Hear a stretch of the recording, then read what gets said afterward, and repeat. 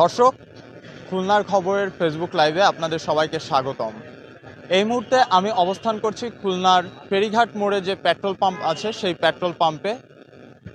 দর্শক, আবহাওয়া অধিদপ্তর থেকে পাওয়া তথ্য অনুযায়ী আজ দেশের কয়েকটি অঞ্চলে ঘন্টায় 60 থেকে 80 কিলোমিটার বেগে পশ্চিম ও উত্তর পশ্চিম দিক থেকে ঝড়ো হাওয়া বইতে পারে এবং এর সঙ্গে কালবৈশাখী ঝড় হওয়ার সম্ভাবনা আছে। দর্শক, আপনাদের জানানোর চেষ্টা করছি যে আজ বৃহস্পতিবার 9 এপ্রিল সকালের পর থেকে দেশের কয়েকটি বিভাগের উপর দিয়ে কালবৈশাখী ঝড় বয়ে যেতে পারে বলে সতর্কবার্তা দিয়েছে আবহাওয়া অধিদপ্তর। সতর্কবার্তায় বলা হয়েছে সকাল 8টা থেকে পরবর্তী 12 ঘন্টার মধ্যে ঢাকা, খুলনা, বরিশাল, চট্টগ্রাম ও সিলেট বিভাগের উপর দিয়ে বিচ্ছিন্নভাবে পশ্চিম ও উত্তর পশ্চিম দিক থেকে ঘন্টায় 60 থেকে 80 কিলোমিটার বা তার বেশি বেগে ঝড়ো হাওয়াসহ কালবৈশাখী ঝড় বয়ে যেতে পারে। এ সময় ঝড়ের সঙ্গে বজ্রপাতের পাশাপাশি কোথাও কোথাও শিলাবৃষ্টিও হতে পারে বলে জানিয়েছে আবহাওয়া অধিদপ্তর। সম্ভাব্য ঝড়ের কারণে পেট্রোলের সংকটকে কেন্দ্র করে বিভিন্ন ফিলিং স্টেশনের দীর্ঘ লাইনে দাঁড়িয়ে চরম দুর্ভোগে পড়েছেন সাধারণ জনগণ।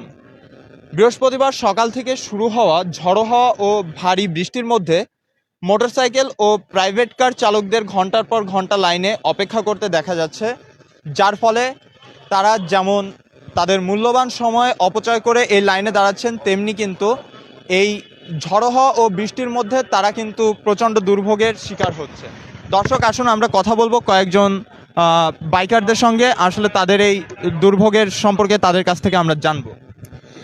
আসলে বর্তমান যে পরিস্থিতি, আমরা যদি এই লাইনে দাঁড়িয়ে 200 টাকার পরিবর্তে ট্যাঙ্কি লোড দিয়ে নিতে পারতাম তাহলে আমাদের সময় সেভ হতো, আর বারবার আমাদের আশাও লাগতো না। আমার মনে হয় দুর্নীতিও কম হতো। একজন একবার নিলে তার একটা টোকেন দেওয়া থাকতো এবং একই ব্যক্তি একই পাম্প থেকে সবসময় তেল দিতে পারবে।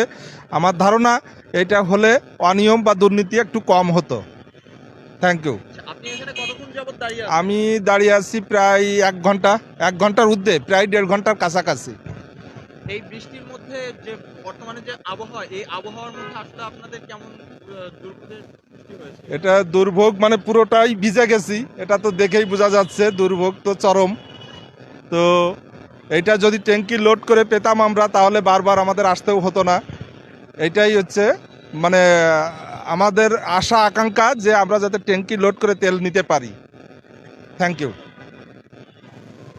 ও দর্শক, জানতে পারলেন যে সাধারণ জনগণ যারা, তাদের কিন্তু এই ঝড়ো হওয়ার পরিস্থিতিতে কিন্তু তারা চরম দুর্ভোগে, এই দীর্ঘ লাইনে দাঁড়িয়েও কিন্তু তারা তাদের কাঙ্ক্ষিত যে জ্বালানি তেল, সেই জ্বালানি তেল সংগ্রহ করছেন।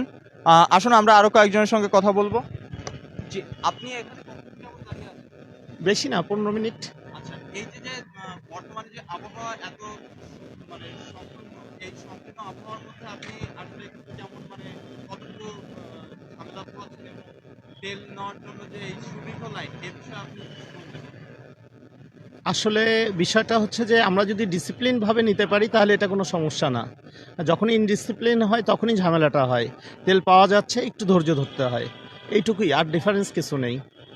জি, থ্যাংক ইউ।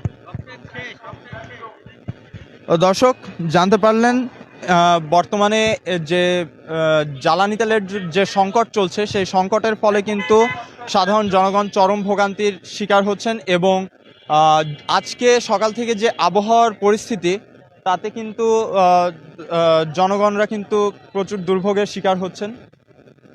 দর্শক, শহরের গুরুত্বপূর্ণ কয়েকটি তেল পাম্পে সরজমিনে দেখা যায় বৃষ্টিতে ভিজেই কিন্তু চালকেরা জ্বালানি সংগ্রহের আশায় লাইনে দাঁড়িয়ে আছেন।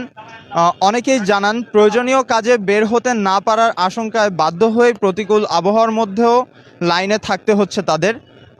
ভুক্তভোগীদের অভিযোগ যে জ্বালানি সরবরাহ অনিয়ম থাকায় হঠাৎ করেই চাপ বেড়ে গেছে, ফলে কালবৈশাখীর মধ্যেও পরিস্থিতি আরও ভোগান্তির রূপ নিচ্ছে। এদিকে ফিলিং স্টেশন কর্তৃপক্ষ জানায় সরবরাহ স্বাভাবিক না হওয়া পর্যন্ত এই পরিস্থিতি কিছুটা অব্যাহত থাকতে পারে। তারা দ্রুত সরবরাহ স্বাভাবিক করার জন্য সংশ্লিষ্ট কর্তৃপক্ষের সহযোগিতা কামনা করেছেন।